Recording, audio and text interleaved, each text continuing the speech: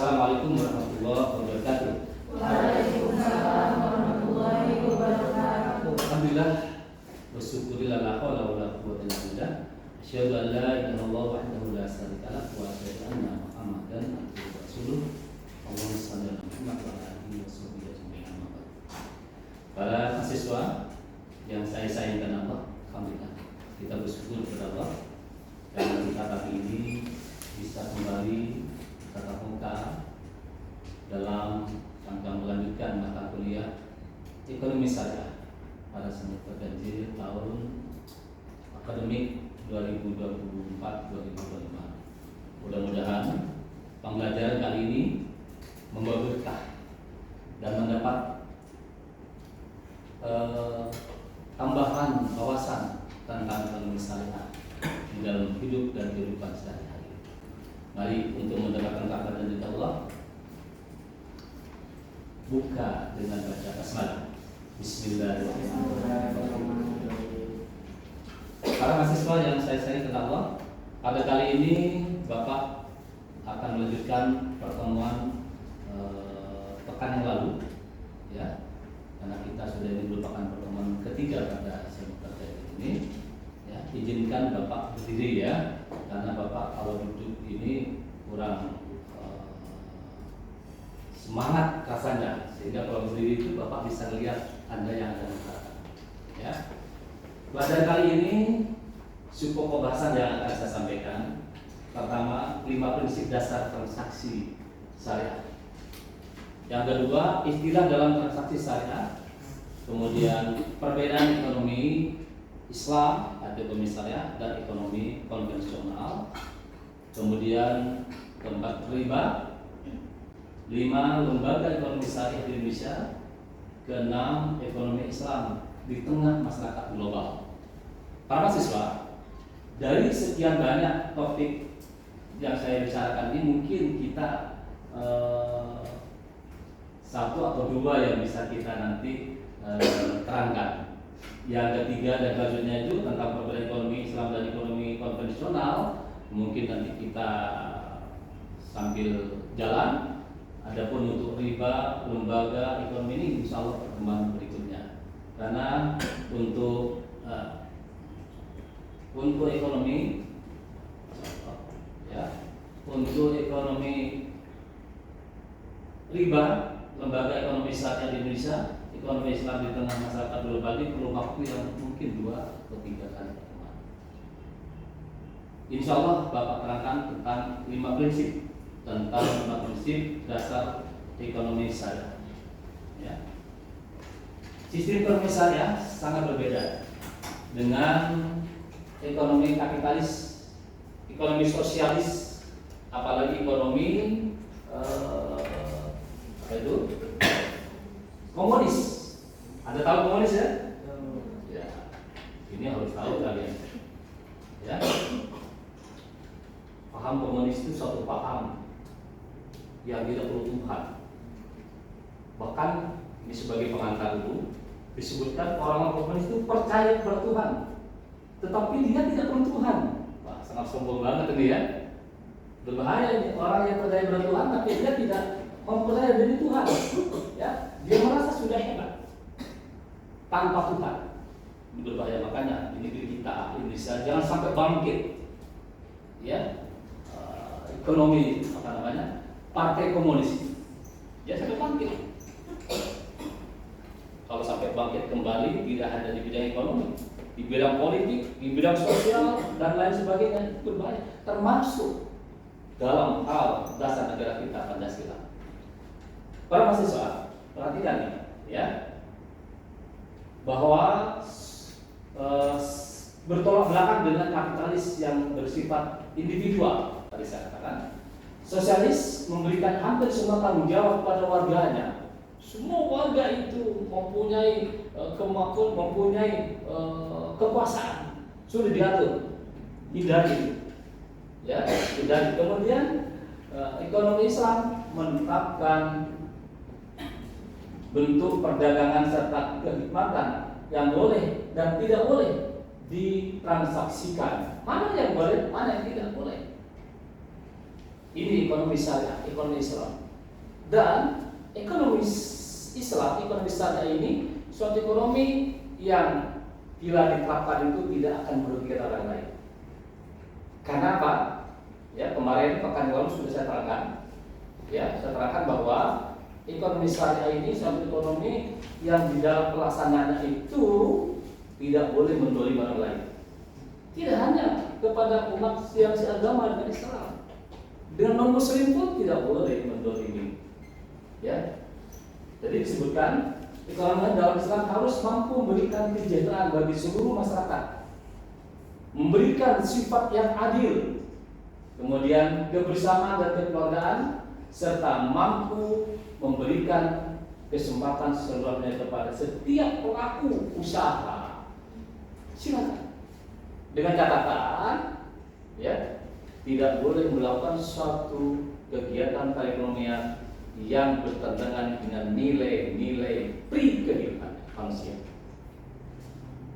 Anda melakukan perekonomian, ya, tidak boleh di dalam situ perekonomian itu mengandung ribawi. Apa yang disebut dengan ribawi itu? Nah,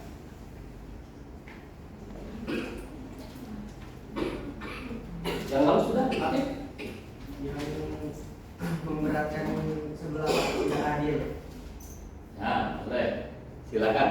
Nanti kita teruskan lagi kepada pertanyaan atau kepada teman yang lain.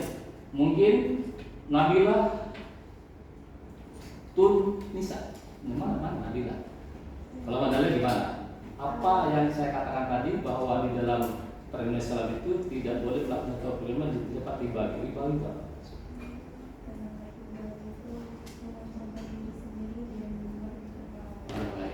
Ya. Kemudian Mbak, saya belum hafal baru pertemuan ketiga ya, Mbak Fadila, Ribawi. Pernah dengar kata-kata ribawi? Ribawi pernah. Terus? Kalau ribawi yang saya ketahui itu Pak, kalau ketika mau pasang pertukaran itu dia ada lebihnya. Kalau di perbankan itu ya bunga. Bunga ya, oh bagus ya. Dari pertanyaan teman-teman mau itu bisa disimpulkan dari jawaban bahwa sifat ribawi suatu sifat atau satu perdagangan yang mengandung nilai-nilai bunga, membungakan uang, ya. Kalau pinjam kepada suatu misalnya Latif pinjam kepada duit, ya, pinjam uang misalnya untuk bayar SPP misalnya ya sejumlah 2 juta, kata si duit boleh tip.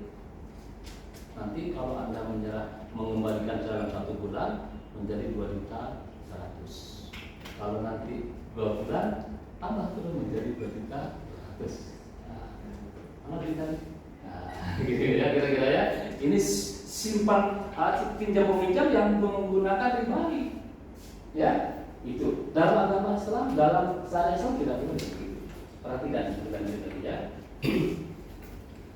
Menurut Yusuf Qaradawi, ini saya ambil, ya, dijelaskan sistem ekonomi Islam tidak berbeda dengan sistem ekonomi lainnya dari segi bentuk, kemudian dari segi cabang, rincian dan cara pengaplikasian yang beraneka ragam. Namun menyangkut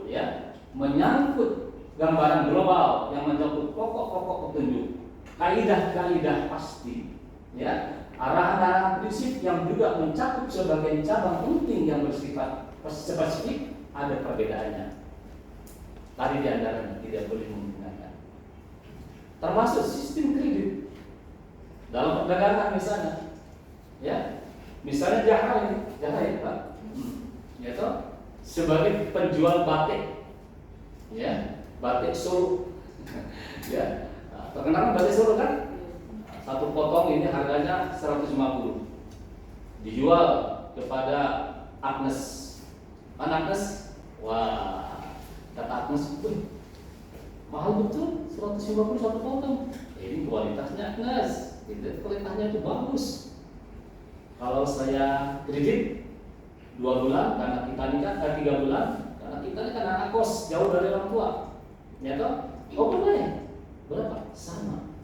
150. Berarti negara telah melaksanakan menerapkan sistem perekonomian yang bersifat syar'i ya, ya, itu. Tapi kalau nanti cara mengatakan, oh mahal betul, ya boleh dikredit lah 150, kalau bayar 2-3 bulan menjadi 200, jadi 3 bulan 250, meningkat. Ini suatu perdagangan yang tidak dibenarkan tadi, ya, tidak dibenarkan di dalam syariat.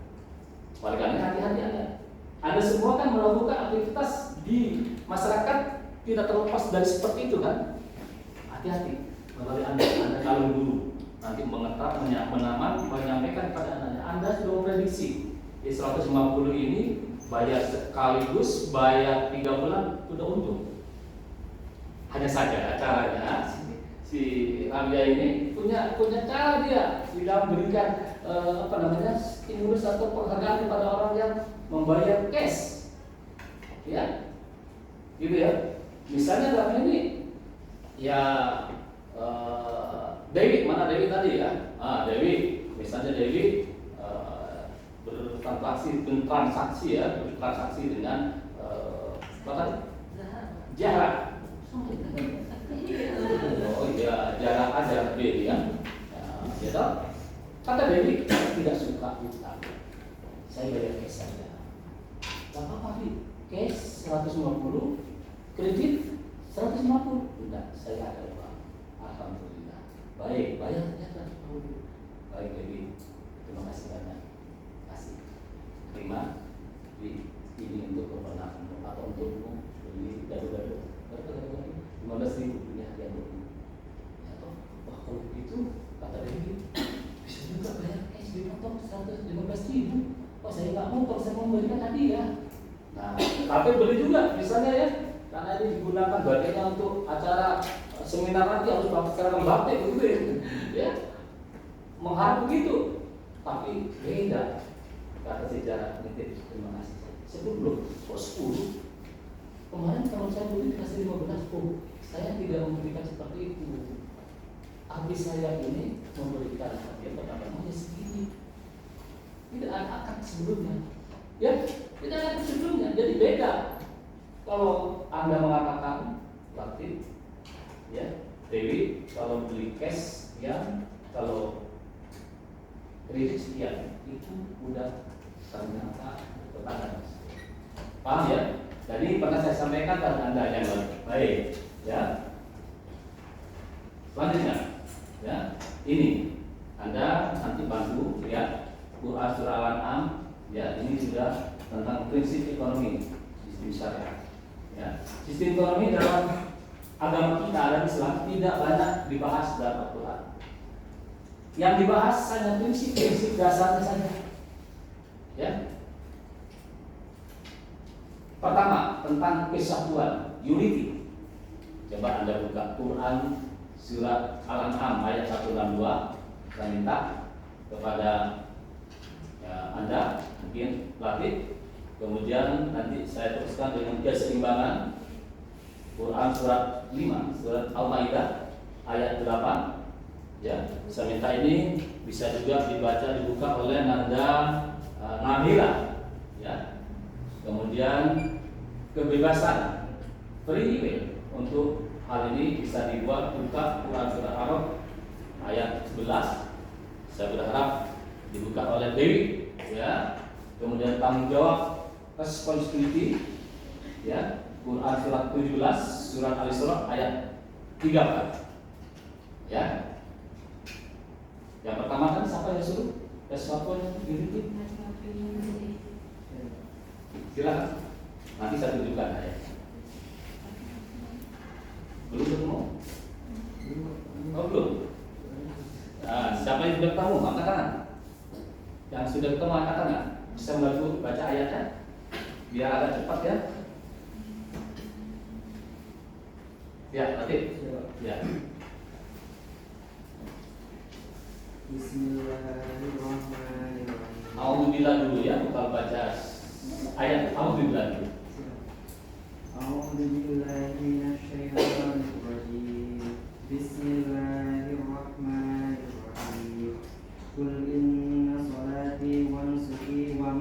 mahyaya wa mamati lillahi rabbil alamin. Apa semua kan? Apa semua kan? Inna sholati wa nusuki wa mahyaya wa mamati lillahi rabbil alamin. Apa kan?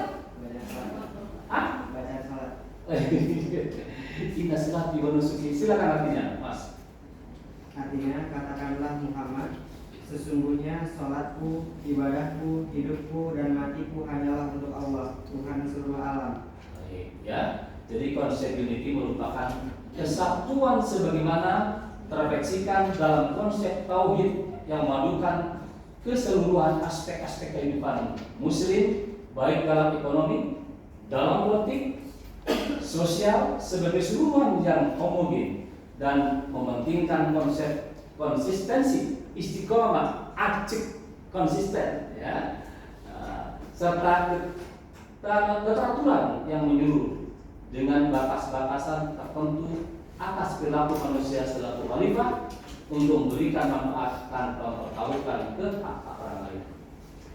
Inna sholati wa nusuki wa mahyaya wa mamati lillahi rabbil alamin. Sesungguhnya inna sholati sholatku, inna sholati wa nusuki, ya, hidupku, ibadahku, hidupku, wa mahyaya wa mamati lillahi rabbil alamin, dan matiku hanyalah untuk Allah. Jadi kita semua ini di dalam beraktivitas ini selalu berorientasi kepada tauhid. Perhatikan tadi, ya. Konsep tauhid ini. Konsep tauhid memadukan keseluruhan aspek-aspek. Tauhid itu merupakan sesuatu yang harus diyakini untuk orang-orang yang telah mendapat petunjuk, orang Islam. Dan tidak boleh kita menduakan Allah dalam ini. Ya, dalam beraktivitas dalam bidang ekonomi juga diorientasikan kepada nilai-nilai tauhid, ketuhanan yang maha esa.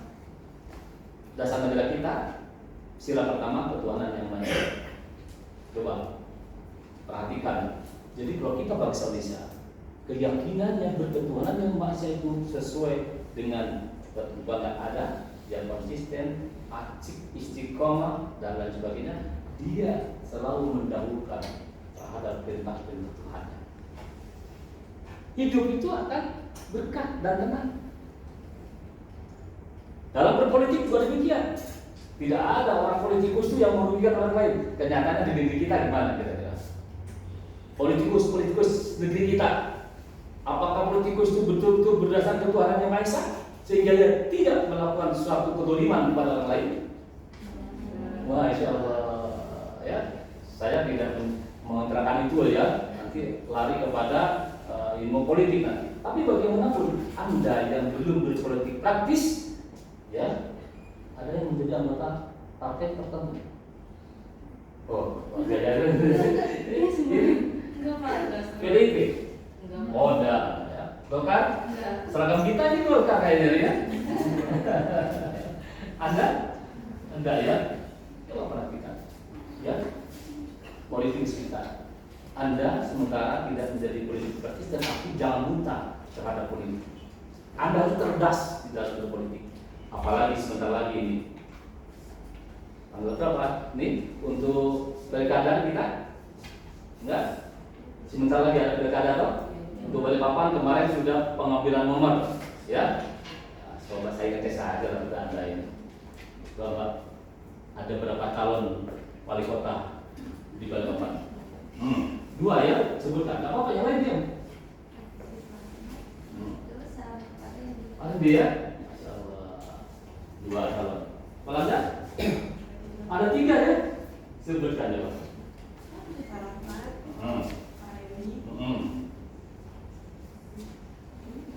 Aku lupa. Ali Balikpapan. Siapa lagi? Caranya tidak? Pak Sabani, lengkap sudah ya. Jadi Pak Sabani, yang pertama tadi apa? Itu nomor berapa? 3. 1. Kalau Pak Indi? Nomor 2. Pak Sabani? 3. Anda harus tahu itu. Silakan semua tiga kontestan ini, 3 calon ini semuanya baik-baik. Anda sebagai seorang mahasiswa, saya kira harus cerdas dalam memilih. Oke? Ya, baik, saya nggak kampanye, ini menunjukkan analis. Baik, perhatikan. Ya, kembali. Apalagi dalam bidang ekonomi, tidak boleh seperti yang tadi saya katakan, tidak boleh. Sehingga yang saya katakan tadi menggunakan uang, melakukan aktivitas ekonomi yang bersifat ribawi, ya, tidak dibenarkan. Karena itu merugikan orang lain. Dan Anda harus tahu, orang-orang yang melakukan perdagangan perekonomian yang bersifat ribawi, maka itu mendapat kutukan dari Tuhan. Ya, mendapat tempat yang paling jelek. Tempat apa yang jelek? Neraka. Baik. Ya, lanjutnya. Siapa tadi yang saya suruh? Nabila. Mana Nabila? Silakan Nabila. Prinsip equilibrium, ya, keseimbangan, ya, equilibrium, ya, yang dijelaskan di dalam surat Al-Maidah ayat ke-8. Coba Nabila baca. Yang lain minimal ya.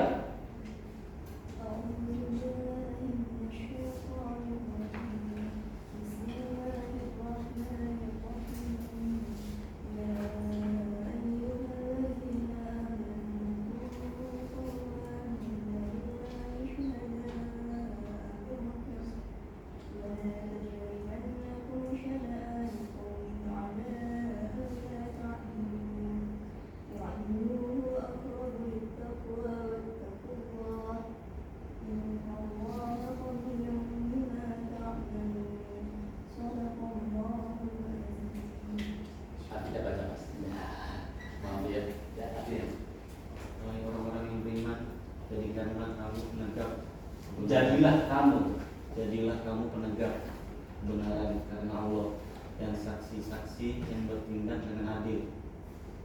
Janganlah kebencianmu terhadap suatu kaum mendorong kamu untuk berlaku tidak adil.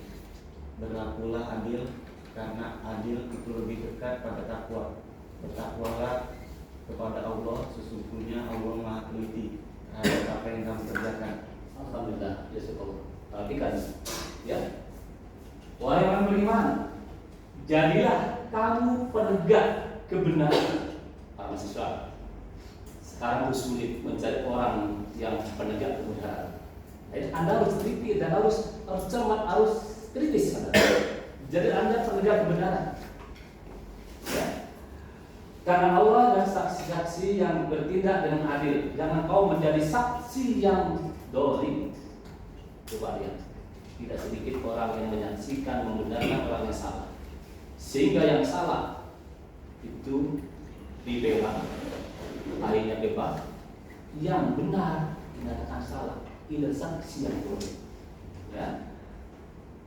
Janganlah kebencianmu terhadap suatu kaum mendorong kamu untuk berlaku tidak adil. Anda yang muslim tahu, kemudian Anda benci kepada seorang non-muslim, apakah itu Kristen, Hindu, Buddha, karena benci, kemudian Anda tidak berlaku adil, tidak boleh dalam agama Islam. Ya, tidak boleh. Adil itu apa? Adil itu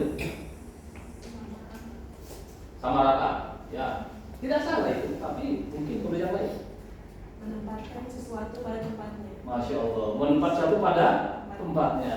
Good, bagus, sahih. Jadi adil itu menempatkan sesuatu pada tempatnya. Membagi sama rata nggak salah, tapi belum tentu adil. Ya, belum tentu adil. Begitu ya, ya? Ya latih, ya.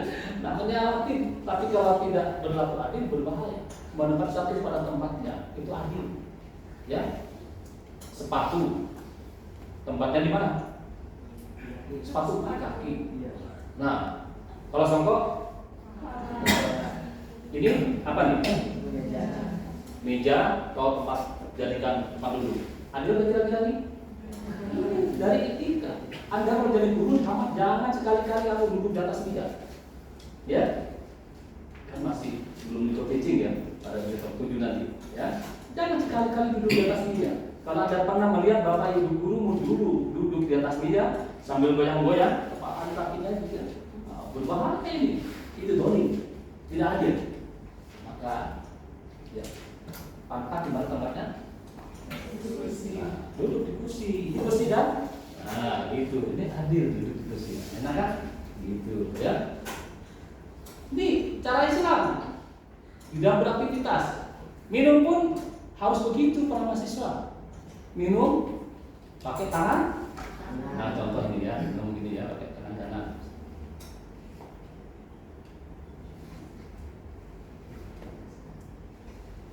Nah, itu menempatkan sesuatu pada tempatnya. Anda kalau punya minuman boleh. Baik, ini adil namanya, ya, adil. Oleh karenanya berlaku adil karena adil itu lebih dekat pada takwa. Ittaqullah wa tuqatih wala takun dari lawan muslim. Begitu kata. Bertakwalah kepada Allah, sesungguhnya Allah Maha teliti terhadap apa yang kamu lakukan. Allah tidak pernah tidur. Mereka mencatat terhadap apa yang kamu lakukan. Ya, maka tidak boleh Anda itu melakukan sesuatu yang merugikan orang lain. Jadilah manusia yang bermanfaat. Manusia yang ya bermanfaat. Manusia yang bermanfaat itu adalah sebaik-baik manusia. Terima kasih, Pak. Ini termasuk mahasiswa yang cepat tanggap. Ya, walaupun Bapak tak dulu, Bapak ambilkan ini dari manusia yang bermanfaat. Terima kasih. Ya. Tepuk tangan dong, ya. Nah, Anda lebih baik belajar dari kemisalan ini menjadi orang-orang yang bisa bermanfaat pada orang lain, ya. Pada siapapun. Jadi jangan sampai kalau ada terjadi kecelakaan, ya tahu, kemudian pencurian ditanya, siapa yang pencurian di mana itu? Oh si fulan, agamanya apa? Apa benar itu? Ketika melihat suatu, ya musibah, cepat menjadi orang pertama Anda menolong belakang terjadi musibah. Baik, yang ketiga ya, mudah-mudahan masih sempat ya. Poin ini kebebasan, ya. Kehendak bebas berarti manusia sebagai khalifah di muka bumi diberikan kehendak bebas sampai batas tertentu untuk mengarahkan kehidupannya kepada tujuan yang dicapai.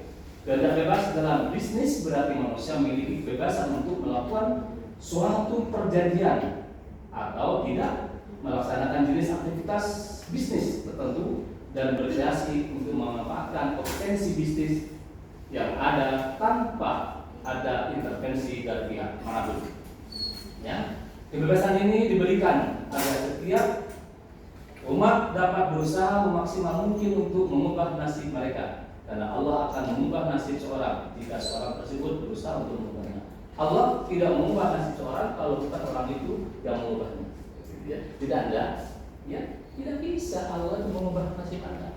Anda yang mengubah. Orang kamu dulu nelayan, Anda sekarang kuliah di FIP Uniba, menjadi calon guru kan? Maka Anda nanti akan terwujud semuanya. Jadikan momen Anda dari sekarang menjadi guru yang betul-betul ya mempunyai jiwa uswah, teladan. Ya, kalau Anda menjadi pembisnis yang aman, ya, pembisnis yang aman. Kebebasan setiap individu bebas, tapi kebebasan tidak bisa. Manusia maksud saya, manusia tidak boleh menuntut kebebasan secara mutlak. Karena kebebasan, menuntut kebebasan secara mutlak akan merugikan orang lain.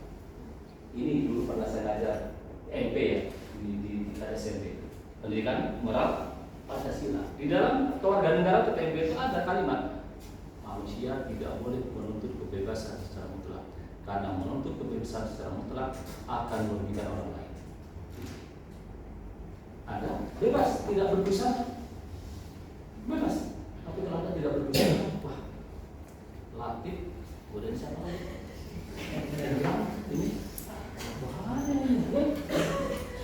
Bisa, ya. Tadi, ya, cara melakukan ekonomi, cara dua-duanya ini bebas, membunggakan, atau merugikan orang lain dan dirinya. Perhatikan. Jangan dapat tugas lagi siapa? Ya, silakan Mbak.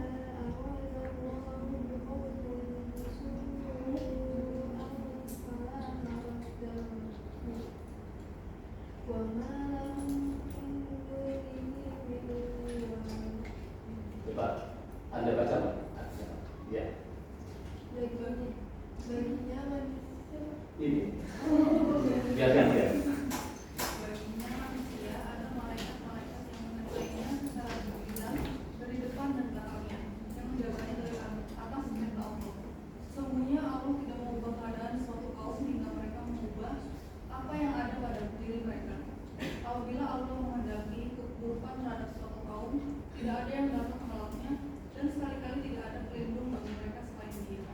Perhatikan tadi ya sekarang.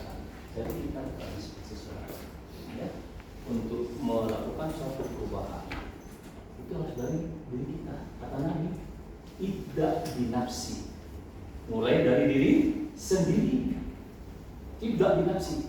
Jadi Anda ingin menjadi calon guru yang hebat dan menjadi guru yang hebat, ingin pintar, cerdas, ibda binafsi, mulai dari diri Anda sendiri.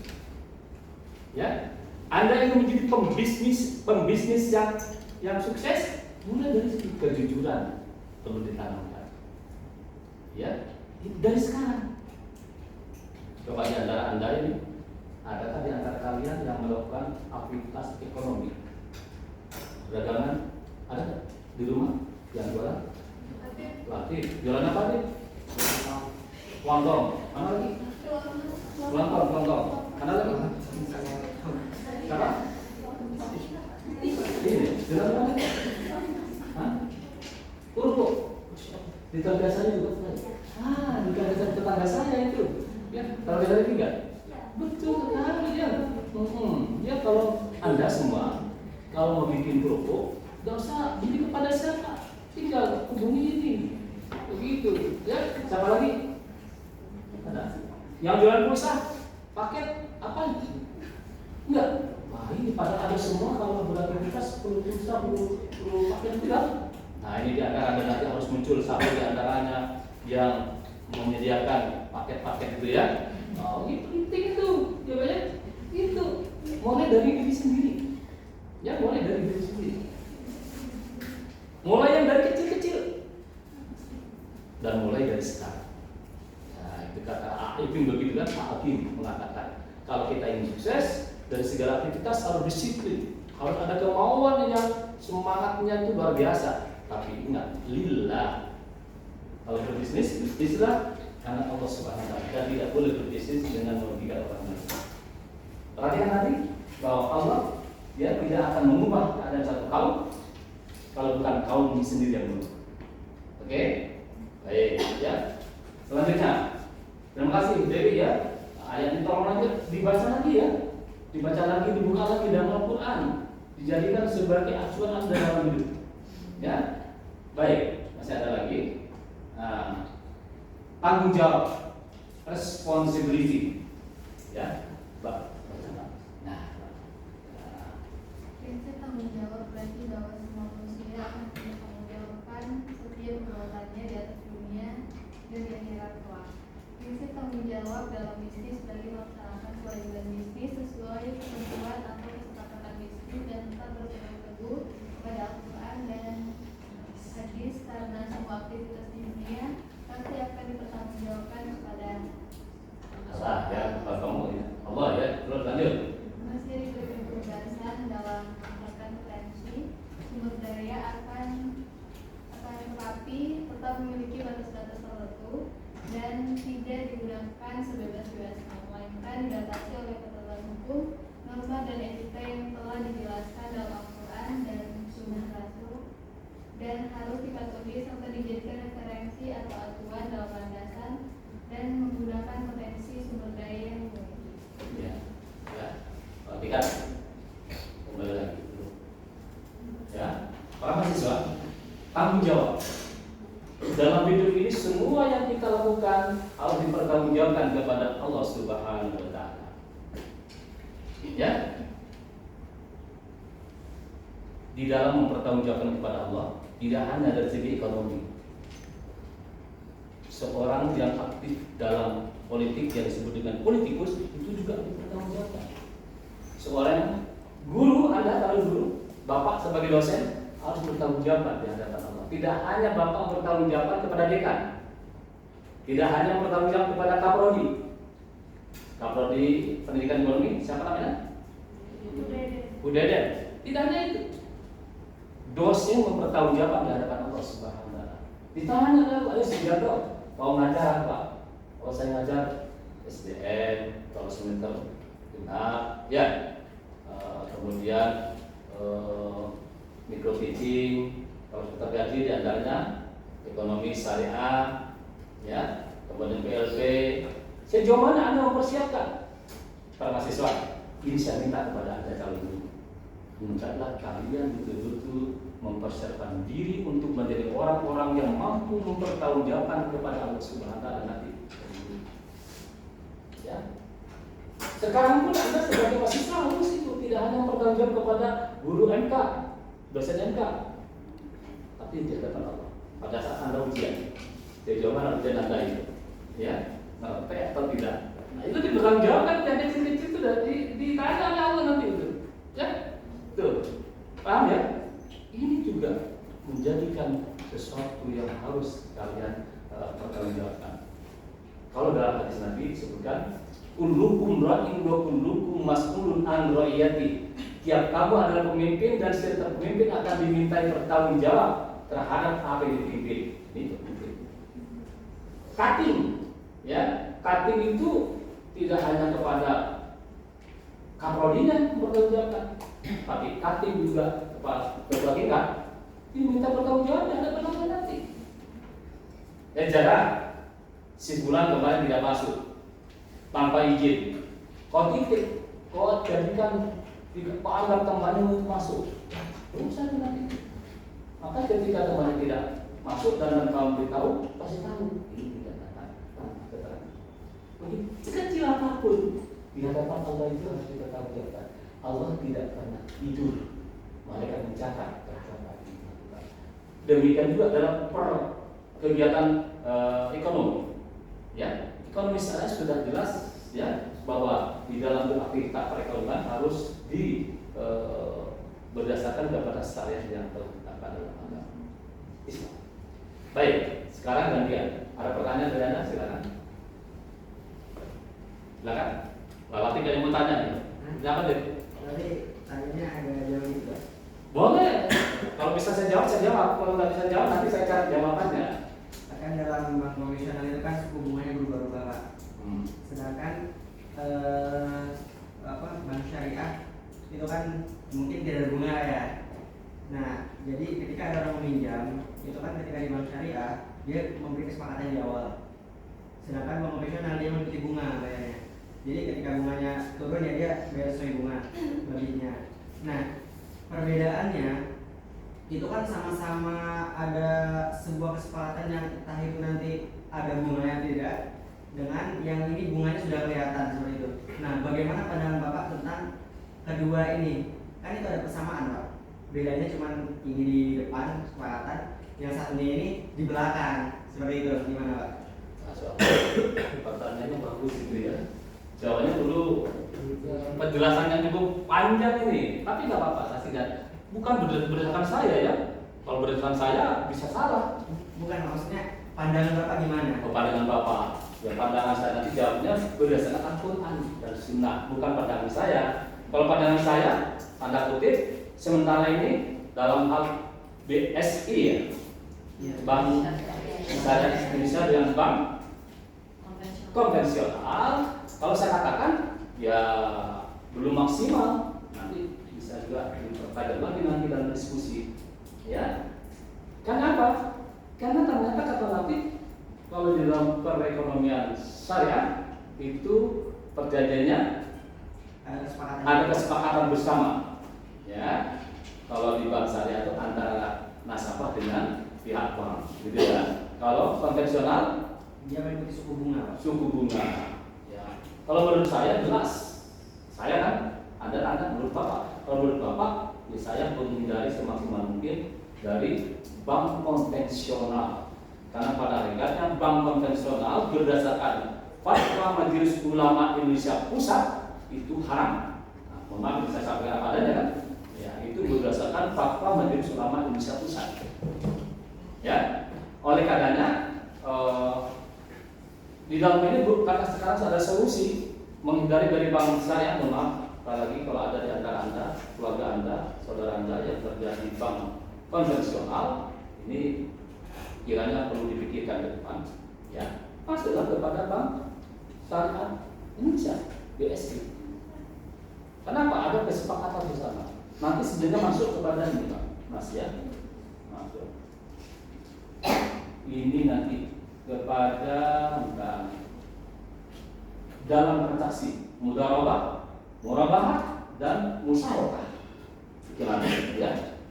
Mudah sampai. Tapi pertanyaan si pelatih tadi bahwa menurut saya ya kepada BSI, walaupun saya sementara masih punya nomor rekening bank konvensional. Kenapa gitu? Kenapa?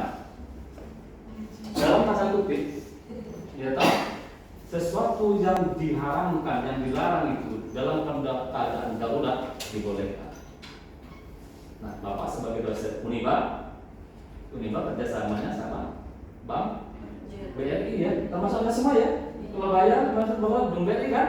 Nah, itu kan gaji Bapak, ya teman-teman dosen yang lain, staf semuanya melalui BRI dan disuruh bukan. Ya, dan ketika kami gajian, bank yang berbeda itu transfer ke BSI.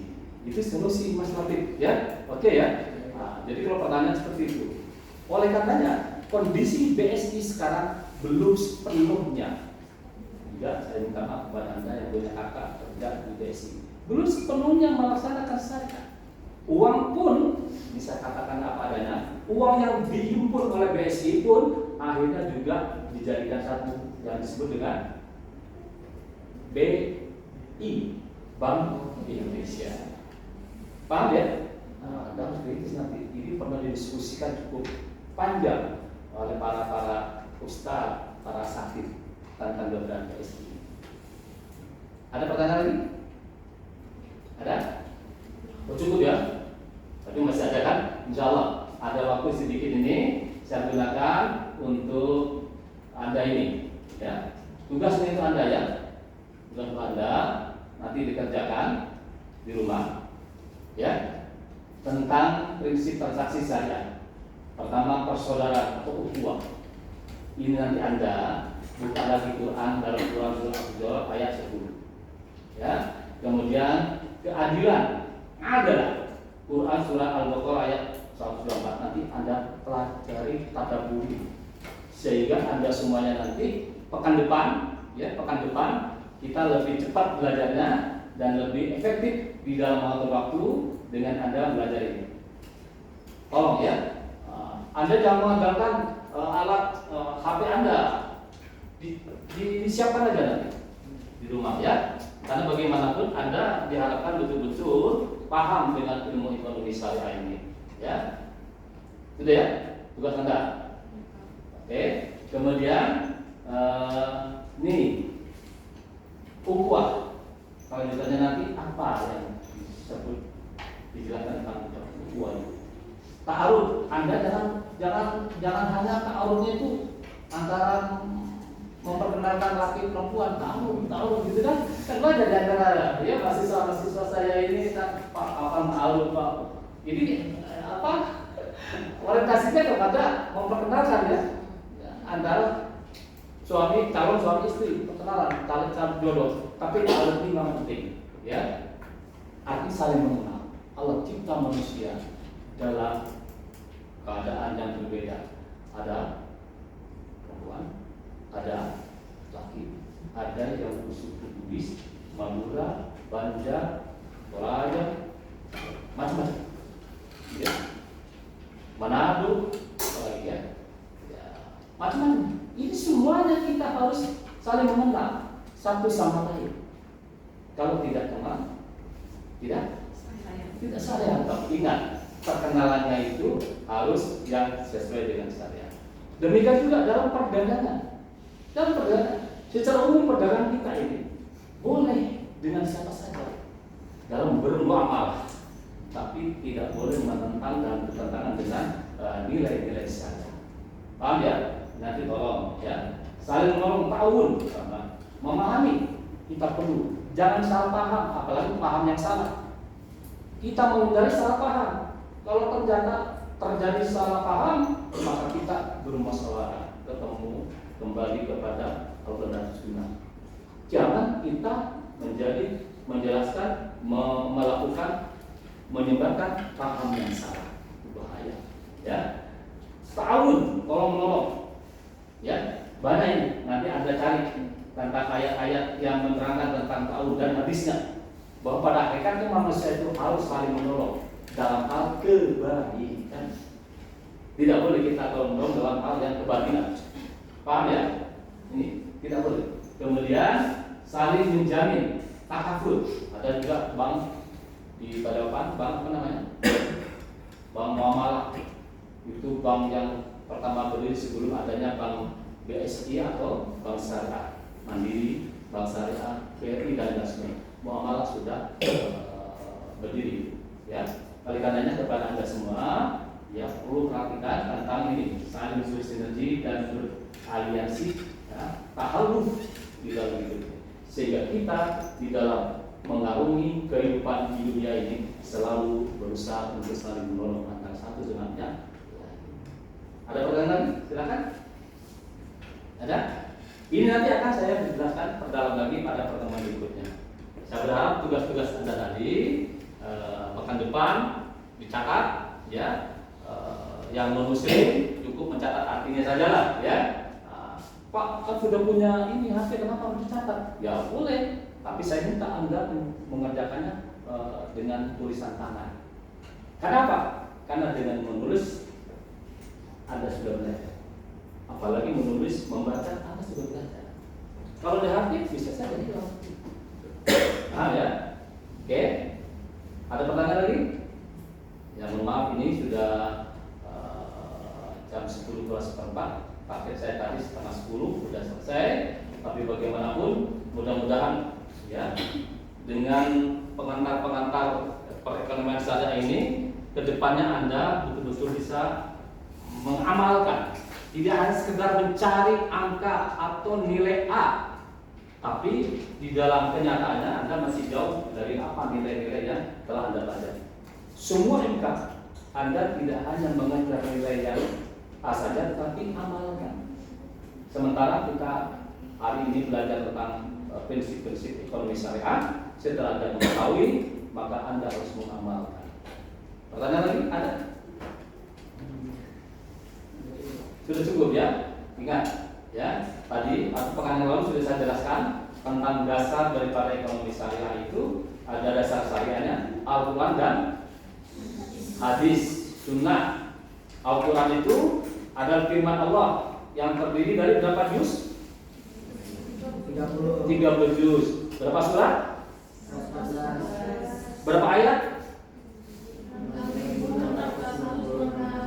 6.666 itu dari segi landasan syariah, ekonomi syariah itu. Ya, itu Al-Quran. Hadis itu berarti sabda Nabi yang disebut hadis. Ya, itu Anda pelajari. Ya. Kemudian kalau berdasarkan konstitusionalnya itu banyak. Di antaranya Undang-Undang Dasar 45 dan undang-undang yang telah dibuat oleh pemerintah bersama-sama DPR tentang BSI itu. Banyak sekali itu peraturan yang konstitusional. Adapun yang menjadi sumber dasar ekonomi syariah yang dari syariah dan Al-Quran dan hadis. Anda harus belajar itu. Ya, baik. Cukup kira-kira? Terima kasih banyak atas kebersamaan Anda. Mudah-mudahan tugas tadi bisa Anda kerjakan dan minggu depan kita diskusikan kembali lebih matang lagi. Saya terima kasih kepada Anda yang telah mengikuti pelajaran ini dengan baik. Mudah-mudahan Anda bisa mengamalkannya dalam kehidupan sehari-hari. Dan Anda selain menjadi guru nanti menjadi pengusaha yang hebat. Amin ya. Menjadi pengusaha yang hebat. Guru oke, ya. Tapi orang yang kaya di negara ini, di dunia ini adalah pengusaha, bukan pegawai negeri. Bukan. Jadi kalau Anda jadi guru, jangan hanya mengejar menjadi ASN, tidak. Guru oke, tapi pengusaha lebih oke. Kalau Anda jadi guru dan dari segi finansial yang baik, maka Anda insya Allah akan menjadi guru yang hebat. Insya Allah, ikhlas. Ya, materi di rumah sudah ada, karena usaha Anda. Bahkan bisa lihat mana siswa-siswi yang lemah, Anda bantu. Ya, memberikan bantuan kepada orang lain itu pahalanya luar biasa. Terima kasih dan akhirnya mari kita bersama dengan baca hamdalah. Alhamdulillah. Mohon maaf atas segala segala kurang dan salahnya. Yang benar itu datang dari Allah, ada kekurangannya dari Bapak. Mudah-mudahan minggu depan kita kembali ketemu lagi dalam pelajaran. Bila taufik hidayah. Assalamualaikum warahmatullahi wabarakatuh.